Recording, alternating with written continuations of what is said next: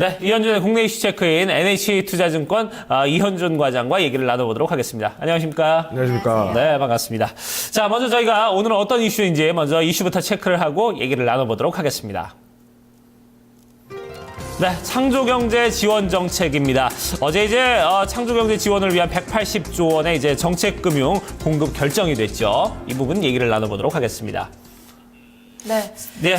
정부가 다시 한번 또 이렇게 증시에 활력을 불어 넣어줍니다. 사실 신년 발표 그 기자회견만 해서도 정부 정책에 큰 변화가 전혀 없었어요, 우리 증시에. 그런데 어제 창조경제밸리를 만드는 등 어떤 창조경제 활성화를 위한 부처를 좀 자세하게 만들겠다. 구체적인 방안들이 좀 나왔습니다. 그러다 보니까 이제 IT주 어제 상당히 좀 많이 올라가는 그런 모습도 보여줬고요. 예. 네. 어제 이제 깜짝 놀랐던 게 코스닥의 기관이 600억 이상의 매수를 오랜만에 보여줬어요. 그렇죠. 사실 코스닥의 사이즈만 봤을 때 600억 정도의 매수가 들어오는 거는 굉장히 좀 드문 일이었고 특히 기관만으로 600억을 채운다는 거는 사실 정말 제가 오랜만에 본 일이었는데 일단은 그 15일 부처 합동 업무 보고가 있었습니다. 15일에 부처 합동 업무 보고에서 이제 금융위가 이 창조경제 지원 정책에 대해서 발표를 자세하게 했죠. 네. 그 부분이 이제 기업 투자 촉진 그리고 경제 활력의 제고를 위해서 180조 원의 정책 금융을 공급을 결정했다는 내용이었습니다. 특히 이제 이 중에서 100억 원은 신성장 산업의 육성에 이제 공급을 하겠다라는 이제 세부적인 좀 발표 계획도 나오면서 그 부분에 대해서 이제 전체적인 어떤 증시가 좀 환호를 좀 했다. 좀 이렇게 보시면 될 것 같은데. 네. 사실 지금 역사적으로 신성장 육성 정책에 대한 역대 최고 수준의 금액을 좀 배정을 했다. 좀 이렇게 좀 보셔도 될 것 같고. 지금까지 사실 그리고 역대 정부의 정책들을 보게 되면은 대부분이 좀 대규모 토목공사에 좀 치중이 됐던 거를 좀 볼 수가 있습니다. 뭐 특히 뭐 전 정권이 제일 심하긴 했지만 이 토목공사에 좀 집중을 할 수밖에 없는 게 고용 유발 계수가 일단 높죠. 건설업 자체가 이제 고용 유발 계수가 높고 산업 전반에 좀 파급 효과가 높기 때문에 가장 좀 빠른 경기 부양 효과를 좀 가져올 수가 있어서 대부분의 대통령들이 이제 임기 내에 어느 정도의 좀 성과를 창출하고 싶고 그리고 또 임기 내에 자신의 평가를 높이기 위해서는 그 임기 내에 어떤 경기 부양 효과가 좀 현실화되기를 좀 바라기 때문에 어떻게 보면은 약간 이기적이라고도 볼 수 있을 만큼 좀 단기적인 어떤 정책들에 좀 치중을 했었죠. 인프라 투자라는 명목하에 뭐 대운하, 재개발, 도로, 항만, 신공항 사실 이런 거 보시면은 신공항 특히 신공항이라든지 뭐 특히 항만도 마찬가지고 뭐 대운하는 말할 것도 없고요. 대부분이 다 지금 예산 낭비였거든요. 그렇죠. 결국은 이제 그런 어떤 단기적인 어떤 성장을 위해서 장기적인 성장을 도외시하고 좀 밀어붙이기식의 개발로 국가 예산을 좀 낭비해왔던 측면이 사실 또 있었습니다. 네. 그런데 근본 결정은 창조경제라는 방향성을 토대로 단기적인 어떤 부양 효과보다 우리나라의 장기적인 어떤 성장을 초점을 맞추고 지속적인 어떤 성장 정책이 가능하다는 측면에서 굉장히 좀 의미 있는 정책이었다. 전 개인적으로 좀 이렇게 평가를 좀 하고 있고. 네. 물론 지금 뭐 똑같겠습니다만은 배정된 예산을 어떻게 사용할지 그렇죠. 그 부분은 사실 굉장히 중요하고 그렇죠. 예. 그 부분이 이제 또 어떻게 평가를 받을지에 대해서는 저희가 좀 지켜봐야겠습니다만 네. 세부 내용을 저희가 좀 자세하게 또 단순하게 이제 그 정책 금융의 사용뿐만이 아니라 자세하게 좀 세부 내용을 보면은 실패 기업의 제도전 환경, 실패 기업인 재기 시스템 이게 또 별도로 각각 마련을 해서 창조적 혁신에 대한 어떤 구조적 토대를 마련하려고 지금 노력을 하고 있다. 이게 사실 이제 저희가 경제학자 슌페터 창조적 파괴를 주장하는 사람이거든요. 창조적 혁신.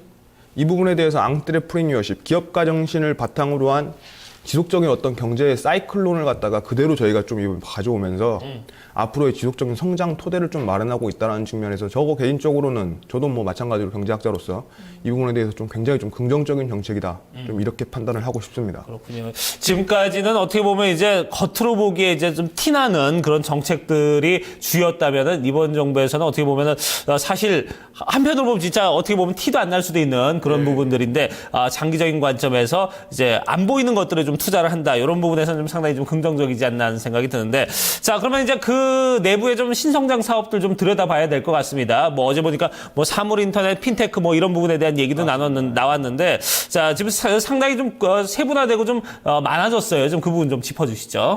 예, 어저께 이제 신성장 산업에 대해서 이제 명문화를 좀 했죠. 사실 좀 범위는 좀 넓습니다. 이 부분은 조금 아쉬웠던 부분이에요. 범위가 좀 너무 넓어서 좀 몇 가지로 좀 축약을 했으면 더 좋았지 않았을까라는 좀 생각도 하고 있지만은 네. 어쨌든 이 신성장 산업에 대해서 이제 그 나열했던 그 금융위가 발표했던 부분들을 저희가 섹터별로 하나씩 좀 놓고 보면은 일단 첫 번째 소프트웨어, 컨텐츠, 의료, 문화, 교육, 물류, 스마트카, 빅데이터, 지능형 반도체, 신재생 에너지, 웨어러블 이렇게 10개 정도를 이렇게 좀 발표를 하셨고 그 부분을 가지고 저희가 이제 이런 어떤 정책적인 어떤 수혜주를 저희가 한번 찾아볼 수가 있을 것 같습니다. 네. 사실 이런 부분들은 정책 모멘텀이 없지 않았던 섹터들이에요. 사실은 기대감이 어느 정도는 있었기 때문에 맞습니다. 특히 사물 인터넷이나 뭐 빅데이터, 스마트카 같은 경우에 최근에 또 많이 올라오기도 했는데 여기서 정말 구체적인 방안으로 어떤 실적으로 현실화가 될 수 있는 부분이라고 보시는 건가요? 사물 인터넷 같은 경우 당장 뭐 실적이 나올 수가 없죠. 뭐 마찬가지로 지금 사물 인터넷 계속해서 얘기는 되고 있지만 나온 게 뭐가 있습니까? 변한 건 없습니다. 변한 건 없고. 근데 말씀하셨던 부분이 이제 어떤 의미인지는 제가 체크를 하겠는 게 지금 이런 어떤 신성장 산업에 대해서 지원 정책이라는 게 사실 좀 분명한 거 한 가지는 육성 펀드가 나올 겁니다. 이 신성장 산업 지원 펀드가 나오게 되면서 신성장 산업에 계속 투자를 해주는 거죠. 지속적으로 뭐 지분 가치를 올려주게 되면은 그 부분을 뭐 유상증자라든지 기업 시비 발행이라든지 이런 걸 통해서 기업이 자금 공급이 좀 원활해지는 효과가 있기 때문에 펀드는 분명히 만들어집니다. 실제로 펀드 계획도 좀 발표를 했기 때문에 이러한 부분들이 좀 수급적인 어떤 성장성을 좀 마련할 수가 있다. 좀 이런 부분도 하나의 상승 요인이 된 것 같고요. 그리고 저희가 이제 그 아까 말씀드렸다시피 일단 섹터별로 좀 살펴보는 게 좀 우선인 것 같아요. 네. 그래서 섹터별로 제가 하나하나 좀 지표를 드리면 일단 소프트웨어 같은 경우는 보안을 가장 좀 중시를 했습니다. 보안이 좀 계속해서 좀 화두가 되는 부분이 있기 때문에 이런 보안, 클라우드, 그리고 지금 뭐 계속 화두가 되고 있는 핀테크. 사실 개인적으로 핀테크는 아직 법안도 개정이 안 됐고 여러 가지 좀 함정이 좀 있다고 보고는 있습니다만은 그럼에도 불구하고 정부에서 좀 육성 의지를 밝혔다는 측면 이 부분이 계속해서 좀 긍정적인 좀 모멘텀이 되고 있습니다. 그리고 또 문화 부분은 결국은 이제 컨텐츠에 좀 핵심을 좀 두고 있고 이 부분은 컨텐츠 제작사 중심에 좀 접근을 하셔야 돼요. 기타 어떤 문화 관련 섹터들에 대해서는 성장성이라든지 그리고 어떤 이익 모멘텀 같은 경우는 사실 좀 찾기가 어려운 게 사실이기 때문에 컨텐츠 제작사 중심으로 좀 여러분들이 좀 접근을 하시길 바라겠습니다. 네. 그리고 이제 세 번째 의료인데 의료 같은 경우는 이제 원격 진료, 진단기기 부분에 대해서 또 구체적인 좀 언급이 있었죠. 사실 지금 이제 2월 달에 이제 원격 진료 법안이 좀 통과가 예상이 좀 되고 있습니다. 그 부분에 대해서 다시 한번 정부에서 좀 지원 의지를 좀 밝힌 부분이 있기 때문에 이러한 부분들에 다시 한번 좀 관심이 재조명될 수 있을 가능성에 대해서 여러분들이 한번 좀 관심을 가지고 좀 보기를 바라시겠고. 그리고 이제 스마트카, 지금 이제 CES로 화두가 된 스마트카가 다시 한번 또 정책 지원책으로 또 올랐습니다. 이 스마트카 같은 경우는 사실 특히 이제 종목군이 그렇게 많지가 않습니다. 수혜해 볼 수 있는 종목군이 굉장히 좀 대여섯 개 종목으로 좀 압축이 되거든요. 그렇기 때문에 이 스마트카 테마군이 형성되면은 그 종목군들이 좀 굉장히 강한 상승세를 좀 볼 수 있다는 점에서 이 스마트카 관련주들 여러분들이 한번 좀 관심 있게 좀 보실 필요가 있겠다. 그리고 이 빅데이터는 사실 빅데이터 관련해서 좀 수혜주 얘기가 좀 나오고 있습니다. 좀 여러 가지 사실 옛날부터 나온 게 있는데 빅데이터는 실질적으로 이동통신사 3사 외에는 실질 수혜는 없습니다. 객관적으로 말씀드리면 3사 이후에 수혜는 없고 일부 SI 기업들이 좀 수혜를 볼 수는 있겠습니다만은 이 빅데이터라는 개념 자체가 어떻게 개인정보 보호하고도 굉장히 좀 민감하게 연동이 되기 때문에 이런 빅데이터 접근은 좀 여러분들이 좀 제한적으로 좀 하시길 바라겠고 이 지능형 반도체에 대한 얘기가 나왔는데 이 지능형 반도체 같은 경우는 반도체 자체가 무슨 뭐 지능을 달 수는 없어요. 반도체는 굉장히 좀 20나노까지 내려오고 굉장히 작기 때문에 그 지능형 반도체라고 해서 삼성전자나 하이닉스가 수혜가 아니라는 거죠. 지능형 반도체의 실질적인 수혜는 지능형 반도체는 결국은 반도체 모듈, 반도체 간의 조합을 통해서 초소형 컴퓨터를 만든다. 좀 이렇게 생각하시는 게 가장 좀 이해가 빠르실 것 같고요.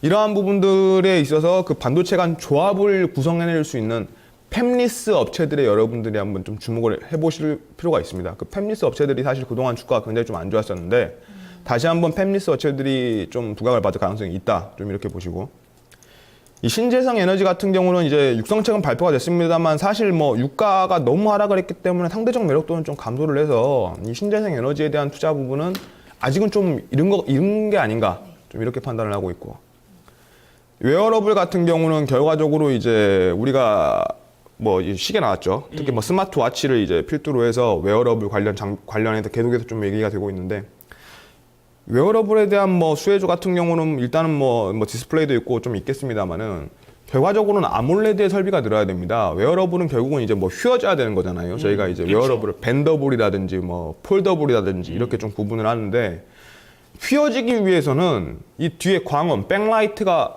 없는 아몰레드가 훨씬 유리한 거죠.